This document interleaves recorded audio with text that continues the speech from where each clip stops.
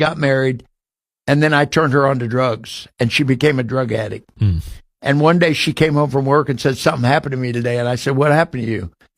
And she said, a lady at work prayed with me today, and I asked Jesus into my heart. I'm a Christian now. And I said, so what? And she goes, you're not mad? I said, I don't care what you do. She said, what should I do? I said, I don't know, read the Bible, I guess. And she started reading the Bible, and she fell in love with another man. His name was Jesus. Wow. And she started praying for me. And then God told her one day, stop preaching to him and just love him. And she said, I can't love him the way he is. He's too mean. And she said, would you give me your eyes to see him through? And somehow, supernaturally, God gave my wife his eyes to look at me through. And no matter what I did to that woman, she still loved me. I had a cocaine customer that bought a lot. He'd bought $20,000 worth of coke for me every week like clockwork. Never failed. I mean, I'd just go over there and get money every week.